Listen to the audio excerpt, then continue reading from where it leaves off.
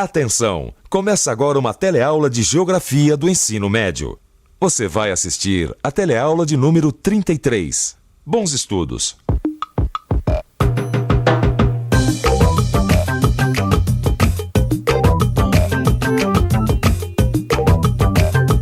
Vem cá, você já ouviu falar em sistema financeiro global? Bom, independente de você ter ouvido ou não, de você saber ou não o que significa sistema financeiro global, é bom você ficar sabendo que é uma coisa que afeta muito e que vai afetar cada vez mais a sua vida, a nossa vida. Mas como será que esse tal de sistema financeiro global influencia tanto assim na sua vida? Essa e outras perguntas serão respondidas na teleaula de hoje. E aí, vamos nessa? Na teleaula de hoje, você vai ficar sabendo que o sistema financeiro global é um sistema de mercado de capitais que engloba vários países independente das suas fronteiras. Você vai ver também como surgiu esse sistema e que consequências ele traz para o nosso futuro. O nosso mundo está ficando cada vez mais internacionalizado, isto é, as barreiras, as fronteiras que antes separavam os países estão ficando cada vez mais tênues, cada vez mais imperceptíveis. Hoje, com a globalização da economia, é possível encontrar aqui mesmo no Brasil produtos fabricados em lugares tão distantes como a China. É claro que globalização da economia e sistema financeiro global são conceitos diferentes, mas que caminham juntos. Se com a globalização dos mercados a gente tem produtos circulando entre os vários países quase sem restrição, com o sistema financeiro global a gente tem um outro tipo de circulação livre entre os países, a circulação de capitais, de dinheiro. Mas afinal de contas, o que é esse sistema financeiro global?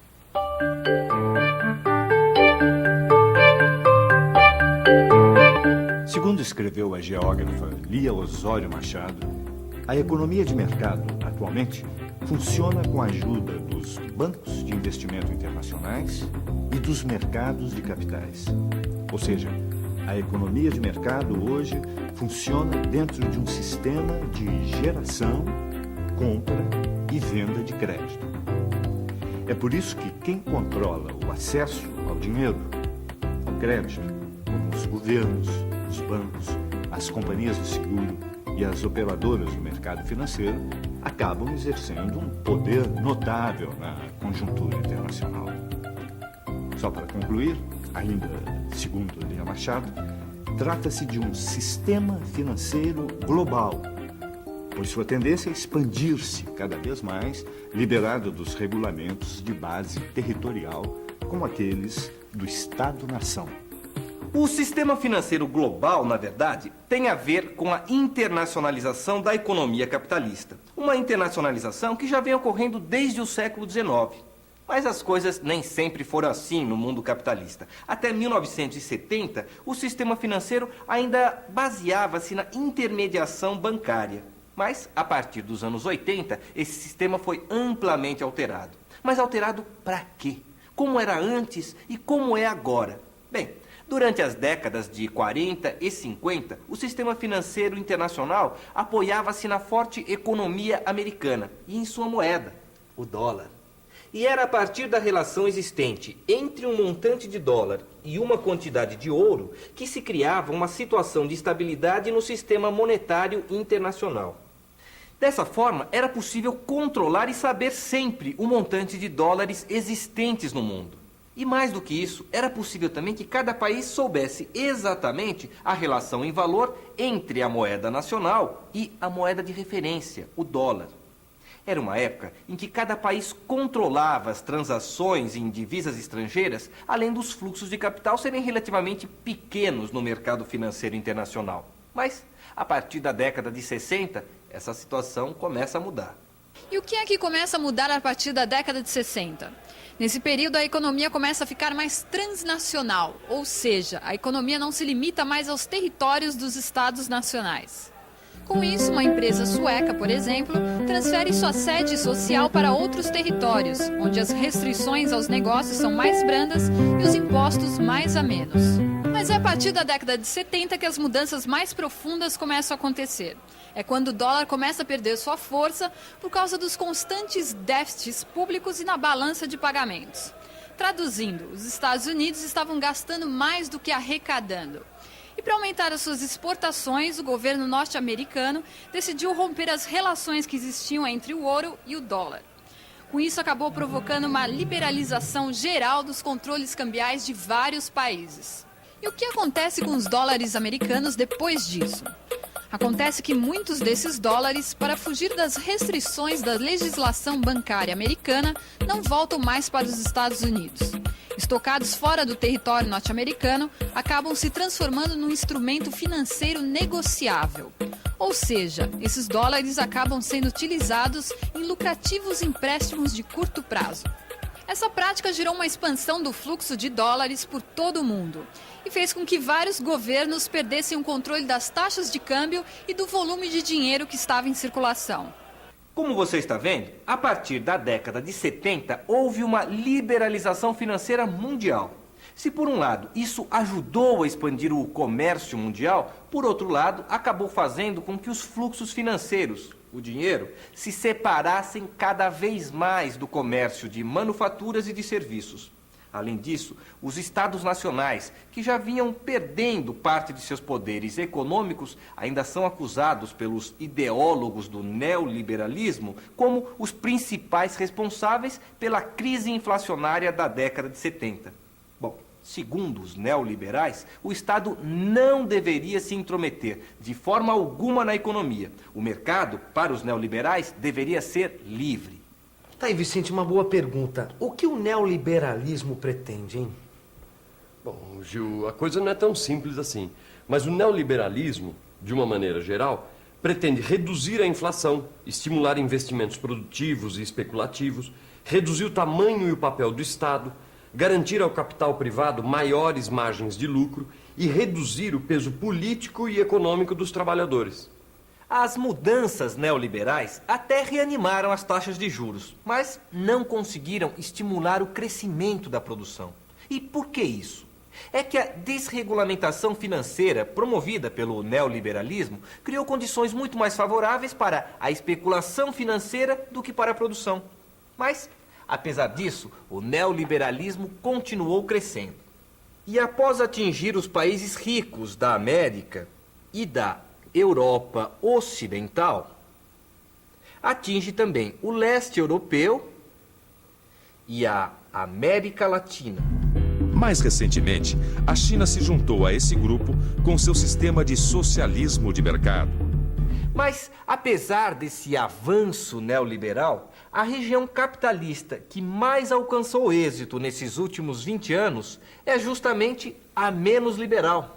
Trata-se da região do Extremo Oriente, onde estão incluídos o Japão e a Coreia do Sul.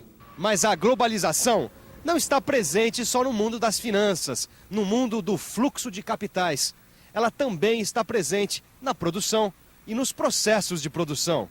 Se hoje em dia a gente pode dizer que o dinheiro não tem mais pátria, a gente também pode dizer que as mercadorias estão ficando cada vez mais internacionalizadas.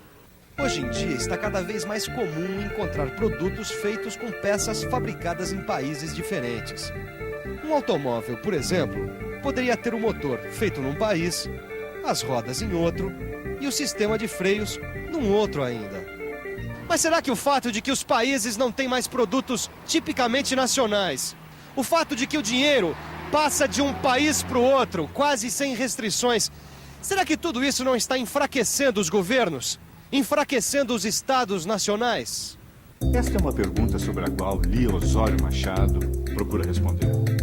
A autora afirma que, de um lado, o sistema de estados-nações mantém, do ponto de vista jurídico, as prerrogativas de soberania. E, de outro, o poder fixado pelas fronteiras do Estado Nacional é cada vez mais limitado pela política de poder das grandes corporações e das altas finanças. A sensação que todos nós temos diante do avanço do neoliberalismo é a de que os estados nacionais estão sofrendo tal pressão do sistema global que estão perdendo seu poder de escolhas e decisões, assim como sua autonomia para dinamizar os seus investimentos, renda e emprego. Ou seja, a globalização vem subordinando cada vez mais os estados nacionais aos interesses dos grandes centros financeiros. Diante disso, nós podemos dizer que os estados nacionais não estão perdendo sua integridade política, mas sim o controle sobre suas moedas e políticas fiscais. O problema disso tudo, independente do poder que os estados estejam perdendo, é que o mercado de capitais não está preocupado com o bem-estar ou com a justiça social dos cidadãos, mas sim com os lucros. Pois não cabe ao mercado de capitais pensar em questões como saúde, educação, moradia ou serviços públicos, por exemplo. Mas, por outro lado, essas funções devem ser pensadas e realizadas pelos estados nacionais, que não podem permitir que seus territórios transformem-se simplesmente em espaços de manobra e de possibilidades para a economia internacionalizada. Nesta teleaula, a gente está vendo o que é o sistema financeiro global e quais os limites do Estado-nação diante do crescimento desse sistema. Só para não ficar nenhuma dúvida, já que o tema não é dos mais fáceis, vamos dar uma rememorada no que vimos até aqui. Sistema financeiro global é um sistema de mercado de capitais onde ocorre a geração, compra e venda de créditos, que se expande livre de regulamentos de base territorial como os do Estado-nação. A globalização financeira é uma das primeiras manifestações da transnacionalização da economia capitalista, em que as atividades financeiras e produtivas rompem com as fronteiras dos estados nacionais. Bem, em suma, foi disso que tratou a teleaula de hoje. Mas para que não fique mesmo nenhuma dúvida, vamos checar agora a revisão. E atenção, se liga aí que é hora da revisão. Na teleaula de hoje, você ficou sabendo que o sistema financeiro global é um sistema de mercado de capitais que engloba vários países independentemente de suas fronteiras. Você viu também que esse sistema surgiu a partir da crise do dólar na década de 70 e que acabou sendo impulsionado pela onda neoliberal que começou a varrer o mundo a partir da Inglaterra em 79. Por fim, você viu que o sistema financeiro globalizado está dando cada vez mais poder às grandes corporações financeiras e tirando poder dos estados nacionais, que interferem cada vez menos nos rumos da economia. Bom, a nossa teleaula pode ir ficando por aqui. Mas você não. Agora é a sua hora de dar uma boa olhada no livro, fazer os exercícios, enfim, dar uma bela estudada. Combinado? Então, até a próxima!